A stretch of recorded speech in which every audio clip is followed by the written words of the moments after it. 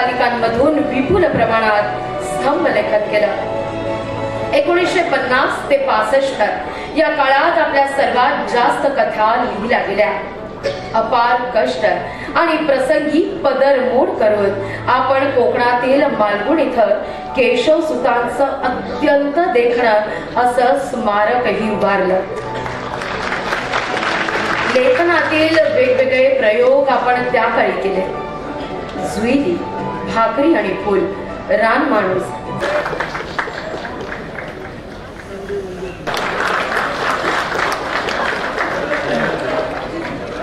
माननीय श्री इंद्रनील चितळे यांना प्रसिद्ध युवा उद्योग।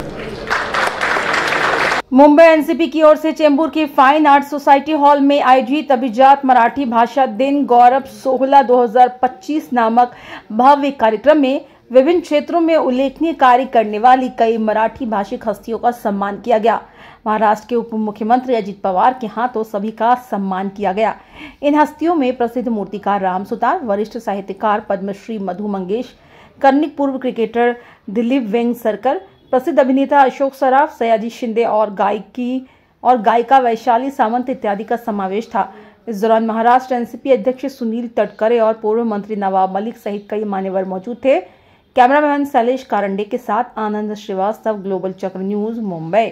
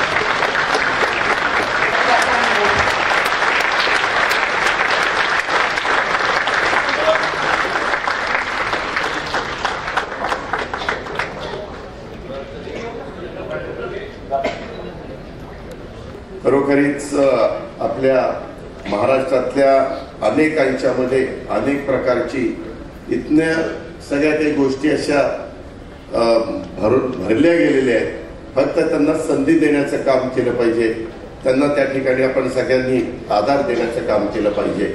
आणि ते काम करण्याच्या करता जोपर्यंत आम्ही राजकीय क्षेत्रामध्ये काम करतोय, राजकारण हे राजकारणाच्या ठिकाणी नाही, परंतु इतर वेळेस आपण 80% समाजकारण करत असताना या सगळ्या घटकाला कशा पद्धतीने मदत करता येईल अशा प्रकारचा प्रयत्न कालही आम्ही करत होतो, आजही करतोय आणि शेवटपर्यंत त्या ठिकाणी करत राहू याबद्दलची पण खात्री मी आपल्या सगळ्यांना देतो।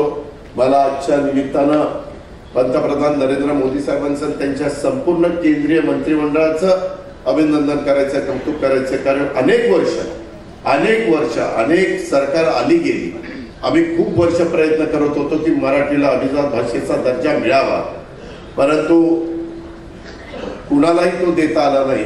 आणि शेवटी मोदी साहेबांनी ते मनावर घेतलं आणि महाराष्ट्रातल्या 13 कोटी जनतेला एक अभिमान वाटेल, जगाच्या कानाकोपऱ्यामध्ये असणाऱ्या माझ्या मराठी माणसाला एक अभिमान वाटेल अशा प्रकारचा निर्णय त्यांनी घेतलेला आहे। कर्णिक साहेबांनी सांगितलेली ती गोष्ट खरी आहे।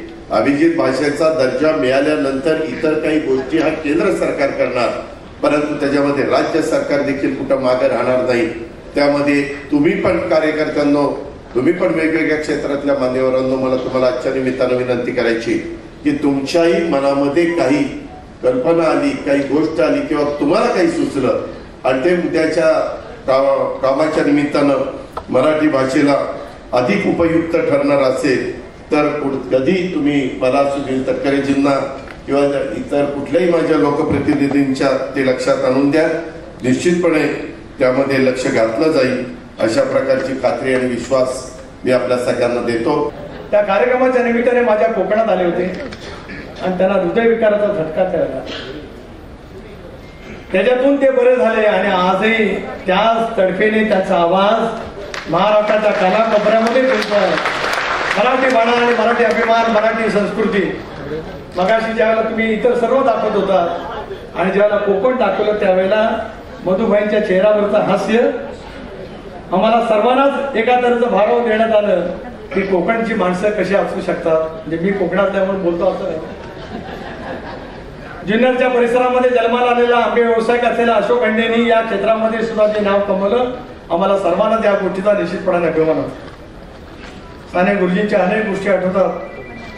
भलं सागर भारत हो विश्वात शोभून राहू, हा विचार त्यांनी त्या कालावधीमध्ये जगाच्या पाठीवरती निश्चितपणाने दिला. भारताचं स्थान विश्वामध्ये कशा पद्धतीने असावं हे त्यांनी त्यावेळेला दाखवलं.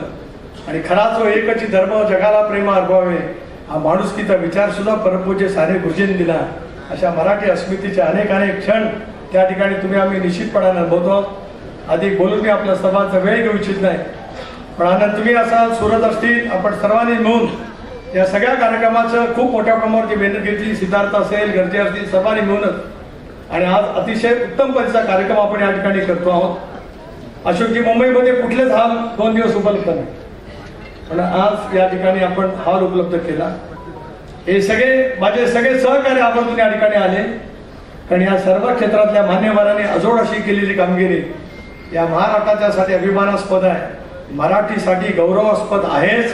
आणि चंद्र सूर्य तारा असेपर्यंत आपला इतिहास याच पद्धतीने रोमांचित करून आम्हाला लिहिलेला पाहायला मिळेल, एवढ्या भावना आज या कार्यक्रमाच्या निमित्ताने या ठिकाणी व्यक्त करतो. पुन्हा एकदा या सर्व सत्कार मूर्तींचं अतिशय मनपूर्वक शब्दामध्ये राष्ट्रवादी काँग्रेस पक्षाच्या वतीने या ठिकाणी मी स्वागत करतो आणि थांबतो. जय हिंद, जय महाराष्ट्र. सुबुद्ध अशा राजकारण्यांनी खूप मोठी साथ दिली पाहिजे. आणि ती साथ दादांनी आम्ही यशवंतराव चव्हाणांच्या जन्मशताब्दीनिमित्त एवढा मोठा कार्यक्रम केला की स्वतः राष्ट्रपतीवरती उठून आल्या प्रोटोकॉल तोडून. तेव्हा अशा प्रकारचं जे समर्थन आणि पाठिंबा जोपर्यंत या कलाकारांना आम्हाला मिळत राहील तोपर्यंत ही मराठी भाषा हा अभिजात दर्जा ओलांडून मधु मंगेश कर्णिक यांनी सांगितल्याप्रमाणे सतत पुढे नेऊ. माझ्या मुळात मराठी बाणा मंगल गाणी सुरू केलं ते म्यानातून उसळे तलवारीची पात, वेळात मराठे वीर दौडले सात. शिवप्रभूंची नजर फिरे आणि उठे मुलुक सारा, दिशा दिशा भेदीत धावल्या खडगाच्या धारा.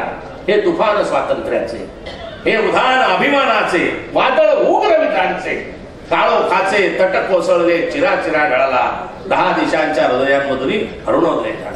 हे शिवबा आहे. आणि त्या शिवाजी महाराजांच्या जन्मभूमीमध्ये जुन्नरमध्ये माझ्या एका छोट्याशा खेडेगावात जन्म झाला याचा मला सार्थ अभिमान आहे. माझे आई वडील आणि संपूर्ण कुटुंब वारकरी होतं याचा मला सार्थ अभिमान आहे. आणि माझ्या घरामध्ये आता तुम्ही जो बुरगुंडा इथे बघितला तो माझ्या घरात चालत होता त्याची तालीम. आमच्याकडे ते ललित म्हणून प्रकार जो महाराष्ट्रात आता असताना गेला पण तो आमच्याकडे फक्त टिकून आहे अजूनही. तेव्हा त्या सगळ्यांचं तुमचा हा सत्कार जो आहे असं मला वाटतं की त्या सगळ्यांची उतराई मला होण्याची संधी आहे. मला हा सन्मान दिल्याबद्दल सगळ्यात आधी मी राष्ट्रवादीची खूप खूप आभारी आहे. सन्मानाबरोबरच जबाबदारीही दिली याची जाणीव आहे, कारण हे सगळे जे दिग्गज बसलेले आहेत इथे इतकी वर्ष सातत्याने आपल्या कलेची आपल्या व्यवसायाची सेवा करत आहेत. आज खूप काही घेऊन जाणार आहे मी इथून, एनर्जी, उत्साह आणि पुढे जायचा आत्मविश्वास, त्याबद्दल आभारी आहे. गाणं झालंच पाहिजे. आणि आज मराठी भाषा दिनानिमित्त हा कार्यक्रम घडतोय. बरोबरीने एक आज अत्यंत महत्त्वाचा दिवस आहे. स्वातंत्र्यवीर सावरकरांचा पुण्यस्मरण दिवस आहे, ज्यांनी मराठी भाषेला खूप सुंदर सुंदर शब्द दिले. आणि त्यासाठी आजच्या दिवशी हा सन्मान होणं माझ्यासाठी फार महत्त्वाचं आहे. माझी शाळा पार्ले टिळक विद्यालय, जिथून मराठी भाषेचे धडे गिरवायला सुरुवात झाली. आणि त्यानंतर मराठी संगीत सृष्टीने मला आपलंसं केलं. सर, एकीकडे हिंदी सृष्टीत खूप वादळं होत होती, बरंच काही घडत होतं, परंतु माझ्या मराठीने, माझ्या मराठी श्रोत्यांनी माझ्यातला कलाकार जिवंत ठेवला. आणि त्या सगळ्यांना आजचं हे माझं अवॉर्ड मी अर्पण करेन की ज्यांनी तो मला कॉन्फिडन्स दिला. जगभर मराठी भाषा आणि मराठी संगीत घेऊन जाताना खूप अभिमान वाटतो, खूप आनंद होतो. आणि आपण महाराष्ट्रात जन्मलोय म्हणजे अशी मातृभूमी लाभलेली आहे जी भल्या भल्याना मिळत नाही. अशा महाराष्ट्रात जन्माला आलोय हे जेव्हा बाहेर जातो ना तेव्हा आपला महाराष्ट्र काय आहे याची खऱ्या अर्थाने जाणीव होते. आणि मज महाराष्ट्र माझा समृद्ध हा सराहवा, मी नवीन उन्मेषाचा सूर साधते नवा. मज महाराष्ट्र माझा समृद्ध हा सराहवा, मी नवीन उन्मेषाचा सूर साधते नवा. मी उंच भरारी घेते इतिहासाच्या पंखानी, मी माझी ओळख देते शिवबाच्या पोवाड्यानी. मी महाराष्ट्र धर्माचा शब्दार्थ शोधते नवा, मी नवीन उन्मेषाचा सूर साधते नवा. समृद्ध महाराष्ट्र, परिपूर्ण महाराष्ट्र, गुणवंत महाराष्ट्र, श्रीमंत महाराष्ट्र, श्रीमंत महाराष्ट्र, श्रीमंत महाराष्ट्र. तुलना कायम होत राहावी असं गरजेचं असतं, कारण त्याशिवाय तुमचा सर्वात उत्तम जो परफॉर्मन्स असतो तो निघत नाही. सर्वप्रथम मी राष्ट्रवादी काँग्रेस पक्षाचा आभारी आहे की मला या स्टेजवरती त्यांनी सन्मानित करावं असं विचार केला. 3 पिढ्यांचे कष्ट आणि 75हून अधिक वर्ष इथे 3 पिढ्यांनी कष्ट केले तेव्हा कुठेतरी आज हा सन्मान मिळू शकतो असं वाटतं. आज स्टेजवरती असलेले जे दिग्गज आहेत त्यांचं करिअर हे माझ्या लाईफस्पॅनपेक्षा मोठं आहे, तर त्याच्यामुळे विनम्र करणारा असा हा क्षण आहे. आणि अशा पद्धतीचे सन्मान मिळाले की अजून जास्त कष्ट करायला प्रोत्साहन मिळतं, तर त्यामुळे हे प्रोत्साहन घेऊन अजून कष्ट करू आणि महाराष्ट्राला अजून आर्थिक सबळ कसं बनवू याच्यावरती प्रयत्न करू. आणि मला कर्नल म्हणून म्हणतात, परंतु ही पदवी वगैरे नाही आहे.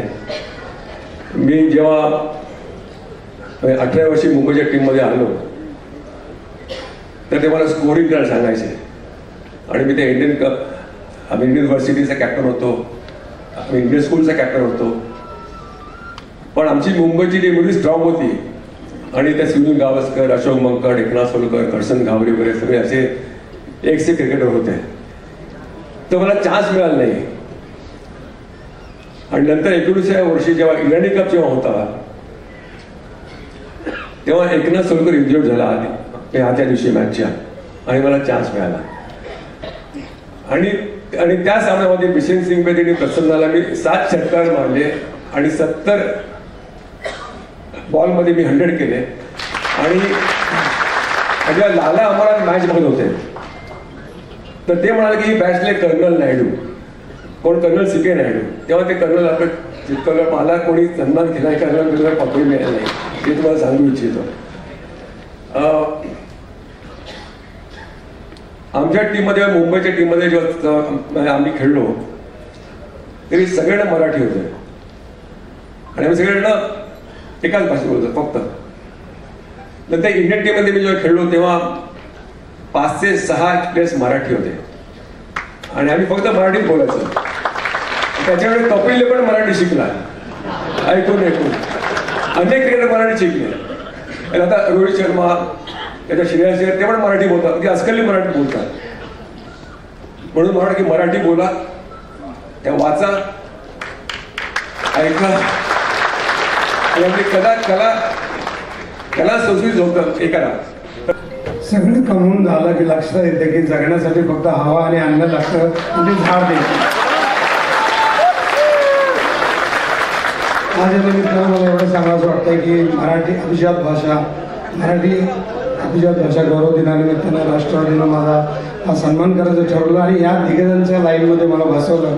मी शिवाजीराव गर्जेंना म्हटलं अहो कशासाठी माझं नाव घेत नाही, तर म्हणले हा तुमचा नम्रपणा आहे. पण खरंच मी खूप खूप धन्यवाद देतो. राष्ट्रवादीनं माझा हा सन्मान करायचं ठरवलं. मला मराठी भाषेचा मी आयुष्यभर ऋणी राहील. मला अभिमान वाटतो मराठी असल्याचा, कारण छत्रपतींच्या भूमीत माझा जन्म झाला त्याचा मला अभिमान आहे. कुठलाही जाती धर्म न मांडणारा असा राजा जगातला एकमेव राजा आहे.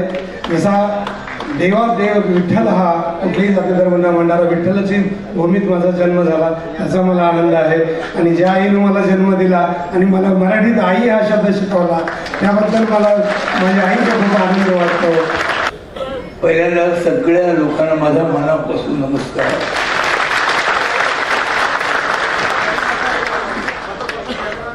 कारण मला निश्चित माहिती आहे की मला इथपर्यंत पोहोचण्यामध्ये तुम्ही सगळे कारणीभूत आहात. तुम्ही जर मला असा वरचेवर ठेवलं नसतं तर मी कदाचित करू पण शकलो नसतो.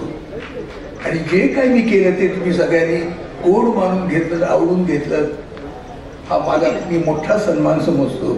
सगळ्यापेक्षा पुरस्कार मिळाले, आपण काय म्हणा विचारलं, एनर्जीचं रहस्य काय? एक तर टॉनिक तुम्ही सांगितलंच, रसिक मायबाप. हो तेच तर खरं आहे ना, तेच खरं आहे.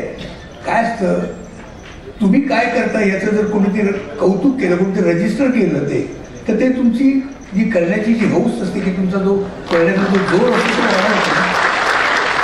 मी एक गोष्ट केल्यानंतर ती लोकांना आवडली, त्यांनी ती डोक्यावर घेतली, त्यामुळे माझा करण्याचा हे अधिक वाढला आणि मी असा वाढत गेलो मी. नाहीतर मला वाटलं नव्हतं की मी इथपर्यंत पोहोचेन.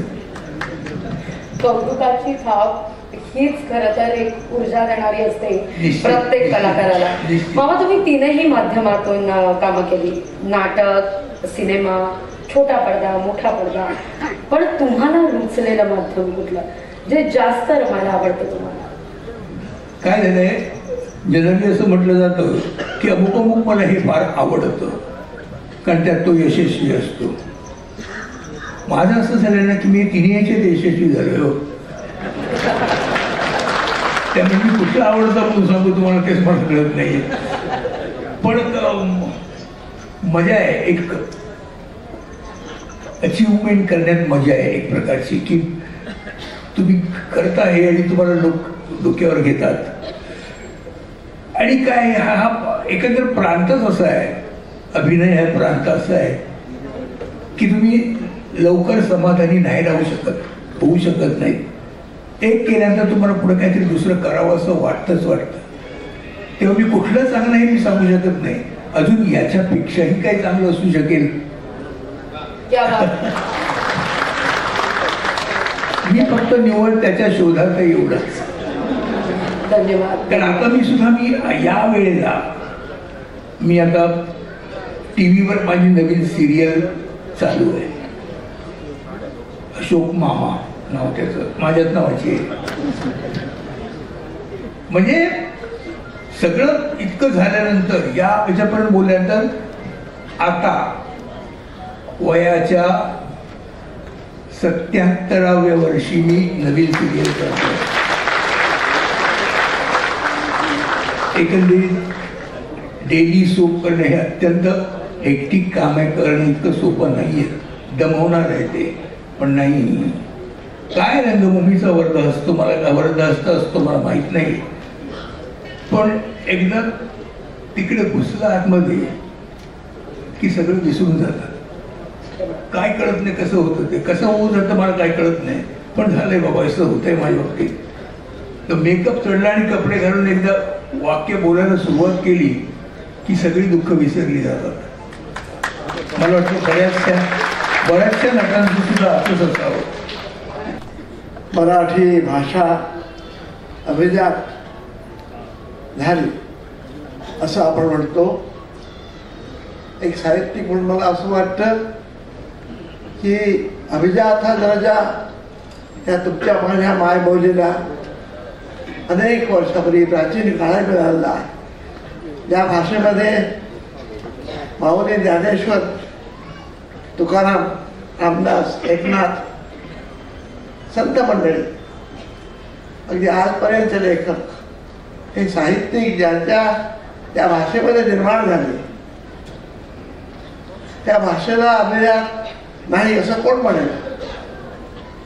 परंतु काही उपचार असतात, काही शास्त्र असतात, काही रिवाज असतात. त्यानुसार त्या देशातल्या अन्य भाषांना जो सन्मान मिळाला पाहिजे होता तो ठीक आहे, आपल्याला मिळाला. मला स्वतःला आनंद वाटतो. गेली अनेक वर्ष मी साहित्यामध्ये काम करतो आहे. खरं म्हणजे साहित्यिक म्हणून आता बोलताना खूप बोलावंसं वाटतं, कारण ज्या ठिकाणी आज अजितदादा आणि सुनीलजी आहेत, माझे जुने मित्र, आठवण सांगण्याजोगे आहे. राज्यकर्ते आणि राजकीय पक्ष यांनी साहित्य, संगीत, कला, नाट्य, क्रीडा, शिल्प, चित्र या सर्व ललित कलांकडे अत्यंत आत्मीयतेने, ममतेने पाहिलं पाहिजे. लागेल तेवढे आधार दिला पाहिजे आणि भक्कम आधार दिला पाहिजे. मला आठवतं इंग्लंडची राणी व्हिक्टोरिया, ते विस्टनचं कोणी सांगितलं ते विस्टन चर्चिलचं नाही, ही राणीचे बोल आहे. ज्यावेळी राणीचं राज्य इथे हिंदुस्थानात निर्माण झालं 1857च्या उठावानंतर, राणीचा जाहीरनामा, त्यावेळी तिला म्हटलं की जगभर मराठी, इंग्रजी भाषा जाते आहे आणि काय करायचं. शेक्सपियर आपला देव आहे. राणीने सांगितलं की माझी इंग्रजी भाषा जगभर जाऊ दे, जगभर आमचं साम्राज्य जाऊ दे, परंतु या साम्राज्याबाजूने जर कोणी म्हटलं की मला शेक्सपियर द्या, तुमचं आम्हाला साम्राज्य नको, तर मी कधी कबूल होणार नाही. शेक्सपियर हाच आमचा देव आहे आणि आमचं वैभव आहे. हे आपण म्हटलं पाहिजे. जोपर्यंत ज्ञानेश्वर आमचे आहे, तुकाराम आमचे आहे, तोपर्यंत म्हणजे मराठी भाषा कधी अम्लान होणार नाही. यावतचंद्र दिवाकर म्हणतो तशी यावतचंद्र दिवाकर हा महाराष्ट्र प्रदेश अत्यंत भाग्यवान असा. परवा पुढे म्हटलं ते खरं आहे की या महाराष्ट्रामध्ये ज्यावेळी आई असं बाळाला जन्म आल्यानंतर पहिल्यांदा वेळा आई म्हटलं, त्यावेळी मराठी भाषा निर्माण झाली. का आई या शब्दांना कुठल्याही भाषेमध्ये नाही, फक्त मराठीमध्ये. ही आपली आई, ह्या आईचं आम्ही पालन पोषण जे करतो, शासकीय पातळीवर होईल. परंतु एक छोटीशी आठवण आपल्याला सांगतो, हे दोघे आहेत म्हणून. केशवदांचा उल्लेख आता आपण केला. केशव स्मारक जसे शेक्सपियर इंग्लंडला वाटतं, तसे मराठीला अलीकडच्या काळामध्ये केशवसूत हे आमचे महाकवी आहेत.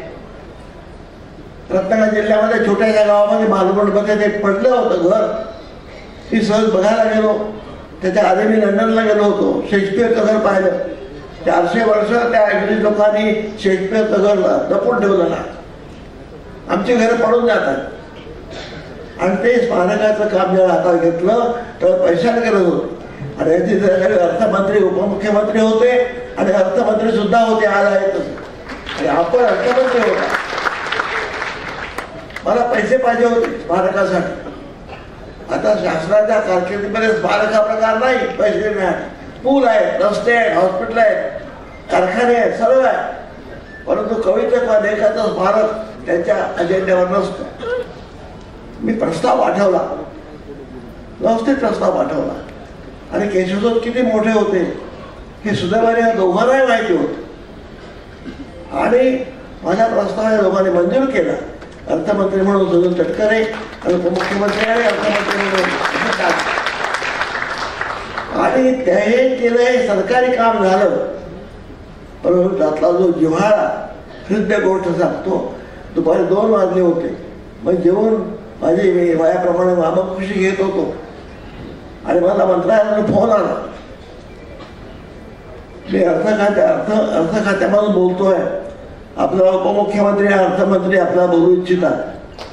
मला आश्चर्य वाटलं, काय माझं काम आहे. मी कधी खाजगी कामासाठी कधी अर्ज केला नाही.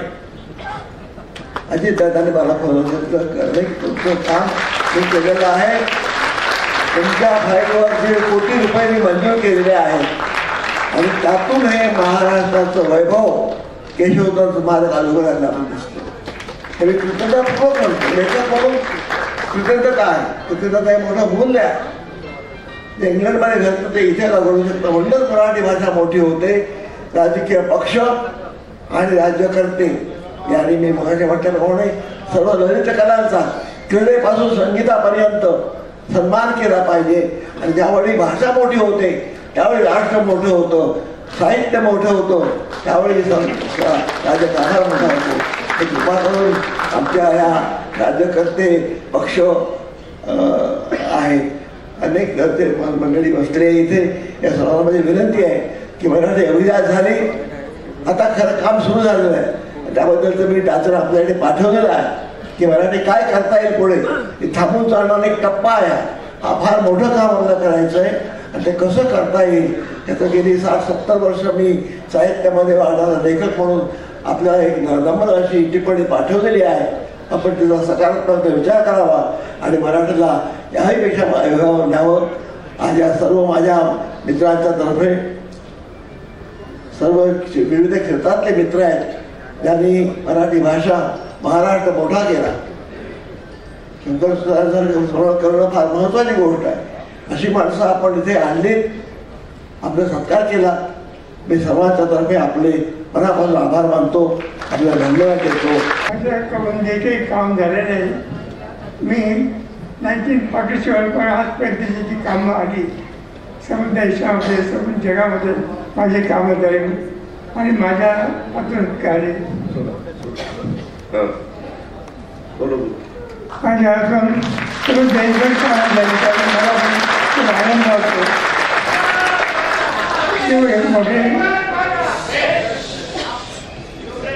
मला खूप आनंद वाटतो. तुम्ही माझ्या कामाबद्दल आदर केला त्याच्यात फार आनंद. थँक्यू.